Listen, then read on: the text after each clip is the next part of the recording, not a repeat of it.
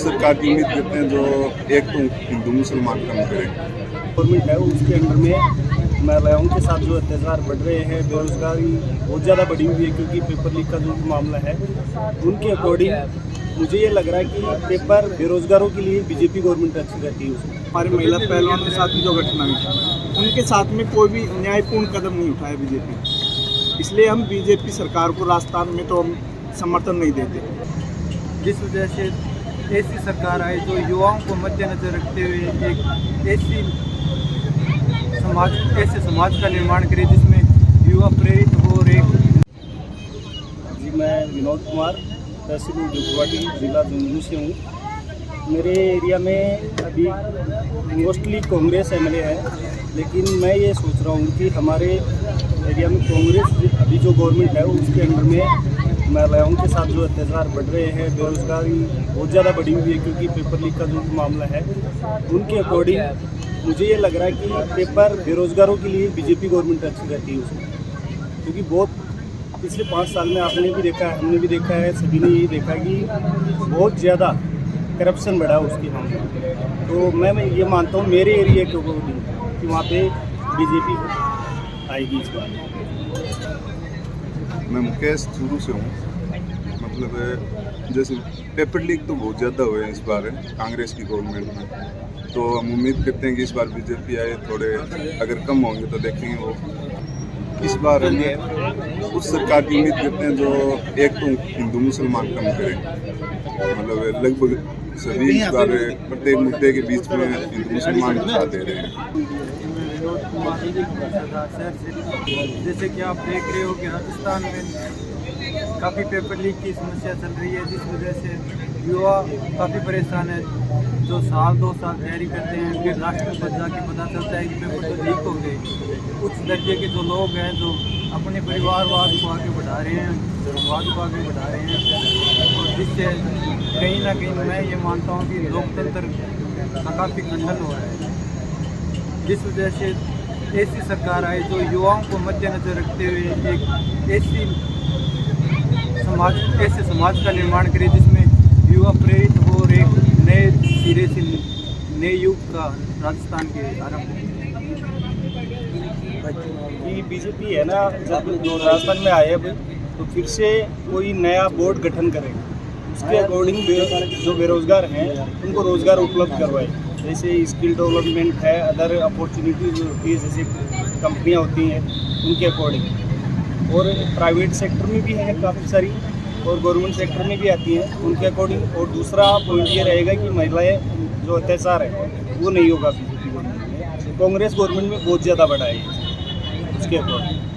जैसे ये कि किसानों के हक में जब बीजेपी गवर्नमेंट आई थी तब उन्होंने किसानों का जो लोन माफ था वो उन्होंने 2 बार किया था।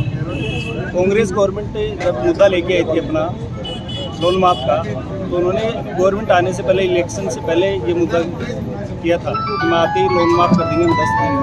अभी तक भी वो लोन माफ नहीं हुआ किसानों का। तो आप क्या मान सकते हो उसमें? मेरा नाम जितेंद्र कुमार है, अलवर डिस्ट्रिक्ट पढ़ाई कर रहा हूँ। और अभी जो मुद्दा चल रहा है कि महिला सुरक्षा को लेकर के बीजेपी बेटर काम करेंगे, तो ये कह नहीं सकते, क्योंकि बीजेपी को अभी देखा हमने मणिपुर में जो घटना हुई, साथ में हमारे महिला पहलवान के साथ भी जो घटना हुई, उनके साथ में कोई भी न्यायपूर्ण कदम नहीं उठाया बीजेपी, इसलिए हम बीजेपी सरकार को राजस्थान में तो हम समर्थन नहीं देते। क्योंकि केंद्र की सरकार को देख लिया हमने, वही काम ऊपर के आदेश आते हैं वही छोटी सरकारें फॉलो करती हैं। इसलिए क्योंकि हमारी जो राष्ट्रीय स्तर की, अंतर्राष्ट्रीय स्तर की महिला पहलवानों के साथ में कोई न्याय नहीं हुआ, जबकि वो सही थी। जो रिपोर्ट आती है उसमें उनके पक्ष में रिपोर्ट आती है कि उसके साथ में शोषण हुआ उन जो महिला पहलवान के साथ में, क्योंकि वहाँ पे जो वर्ल्ड मतलब अंतर्राष्ट्रीय स्तर की विश्व कुश्ती संघ थी, उसने बात कुश्ती संघ के जो भी चैंपियन होते हैं अब तिरंगा लहराने के लिए भी मना कर दिया, उस पर बैन कर दिया। अभी हमारे राष्ट्रीय स्तर के जो विश्व कुश्ती संघ के जो खिलाड़ी थे वो अब हाल ही में जीते थे, तब हमारे इंडिया का झंडा वहाँ पे नहीं लगाया क्योंकि उन्होंने बैन कर दिया। तो ये हमारे लिए इमेज खराब होती है अंतर्राष्ट्रीय स्तर पर, और ये बीजेपी सरकार की वजह से हुई है। नहीं हालांकि उनको कार्रवाई तो करनी चाहिए थी, क्योंकि एक अंतर्राष्ट्रीय स्तर का और राष्ट्रीय स्तर का मुद्दा था और छोटा मोटा भी नहीं था, क्योंकि महिला पहलवान देश की इमेज होती है। उनके साथ ये हो रहा तो हम किस स्तर से कह सकते हैं कि बीजेपी सरकार राजस्थान में अच्छा कदम उठाएगी महिलाओं के लिए।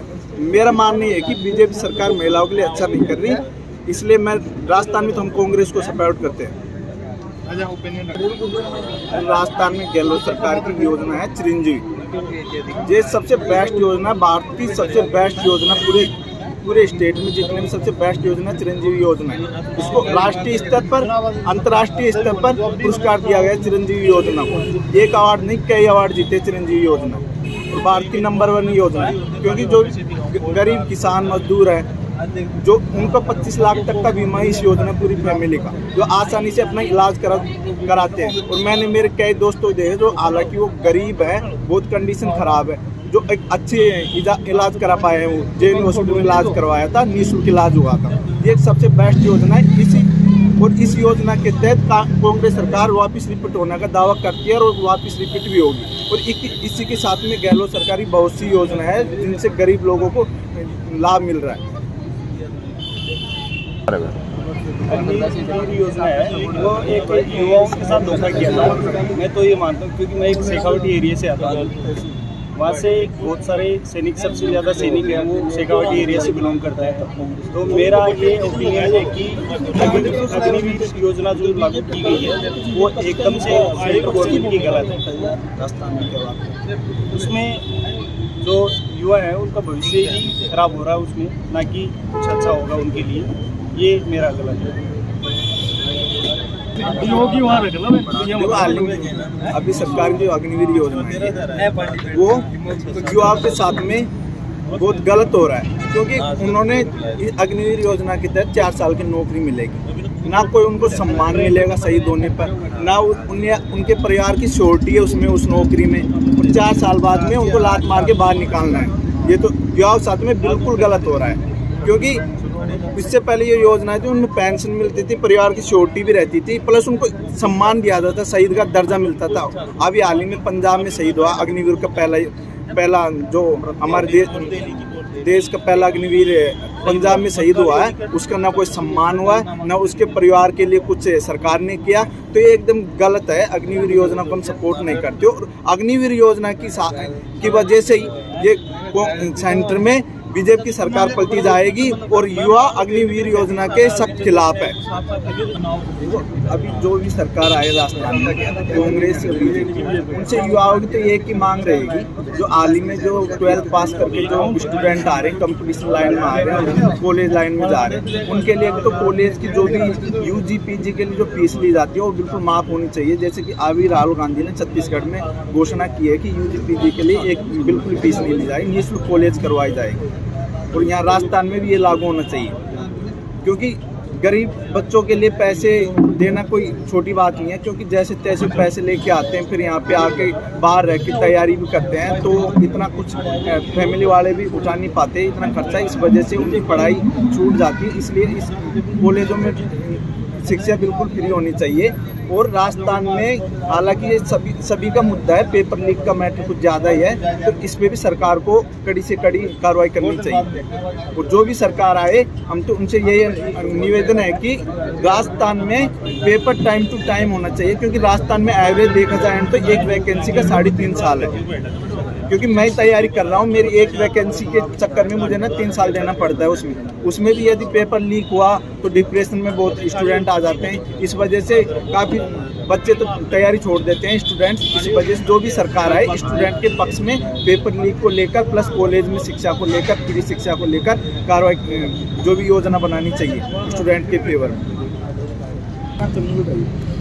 देखिए, मेरा ये मानना है कि गवर्नमेंट कोई भी हो, उसमें जैसे युवाओं के साथ अभी पेपर लीक में जो चल रहा है, उनमें पहले तो वो जो गवर्नमेंट आएगी उसको UPSC की तर्ज पे एक बोर्ड का गठन करना चाहिए, जो अपना शेड्यूल है वो पहले ही फिक्स करके टाइम टू टाइम उसका पेपर लिया जाए, उनके अकॉर्डिंग उनका रिजल्ट शो किया जाए, और जो भर्तियाँ कोर्ट में जा रही है उससे पहले भी उस पर मंथन किया जाए। जो भी जैसे पेपर होने के बाद जो आंसर की आती है, आंसर की नहीं आती है, उनके अकॉर्डिंग उनका फिक्स टाइम शेड्यूल रहना चाहिए कि इतने टाइम में आपको आंसर की रिलीज कर दी जाएगी और इतने टाइम में रिजल्ट शो कर दिया जाएगा। और 12th पास के बाद जो बच्चे आते हैं उनके लिए अभी जैसे गहलोत गवर्नमेंट है उसने इंग्लिश मीडियम स्कूलों पे ज़्यादा फोकस किया है। तो मेरा ये मानना है कि वो एक अच्छा ओपिनियन है। 12th स्कूल बहुत ज़्यादा बढ़नी चाहिए उसमें, और कॉलेज में सभी को एजुकेशन वो फ्री होनी चाहिए। जैसे सब डिस्ट्रिक्ट में अभी तो कॉलेजेस खोल रही हैं और जिसमें नहीं है उनमें भी उनको खोलना चाहिए कॉलेज। तो ये मेरा यही रहेगा कि अच्छा है युवाओं के साथ टाइम टू टाइम उनका एग्ज़ाम रहे, शेड्यूल रहे उनका, तो ये बेस्ट रहेगा।